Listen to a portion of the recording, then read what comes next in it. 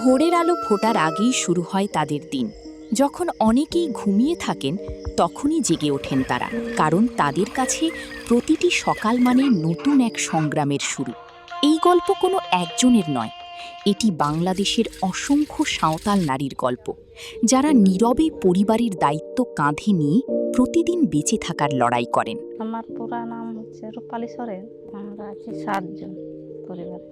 আমার সন্তান 2 জন। সেটাইন বেরিয়া পড়াপড়ি ᱜᱤᱰᱤ তারপরে দাকা উতু সেকালো ইসিন লেখা যে গিদ্রাᱹᱧ ᱠᱩᱞ ᱫᱟᱲᱮᱣᱟᱭ ᱠᱟᱱ ᱛᱤᱧᱟ ᱥᱮ ᱤᱧ ᱦᱚᱸ ᱠᱟᱹᱢᱤᱧ ᱥᱮᱱ ᱫᱟᱲᱮᱭᱟᱜ ᱠᱟᱱᱟ। নিজের জন্য নয়, পরিবারের জন্য।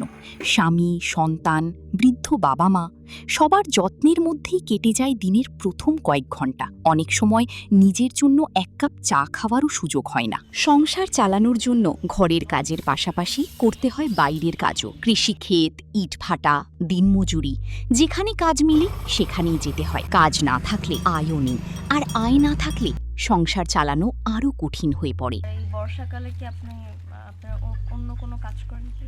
ধান লাগাই, ঘাস কাটা কিংবা বাড়ির কাজ। সবচেয়ে কষ্টের কাজ কোনটা মনে হয়? কষ্টের কাজ বেশি ধান লাগানো, কাটা মাড়া, এটা একটু কষ্ট। আপনারা যে দিনে যে টাকাটা আয় করতেছেন সেটা দিয়ে কি সংসার ঠিক মতো চলে নাকি কোনো চলে, কিন্তু সেরকম সময় আবার শর্ট পড়ে। দৈনিক আয়ের উপর নির্ভর করে সংসার, কিন্তু বাজারের বাড়তি দাম, চিকিৎসার খরচ আর সন্তানদের পড়াশোনার ব্যয়, সব মিলিয়ে অনেক পরিবার প্রতিনিয়ত অর্থনৈতিক চাপে থাকে। দিনের কাজ শেষ হলেও দায়িত্ব শেষ হয় না। রাতের খাবার, সন্তানদের দেখাশোনা, পরদিনের প্রস্তুতি, সবকিছু শেষ হতে হতে গভীর রাত, এরপর আবার ভোর, আবার নতুন সংগ্রাম।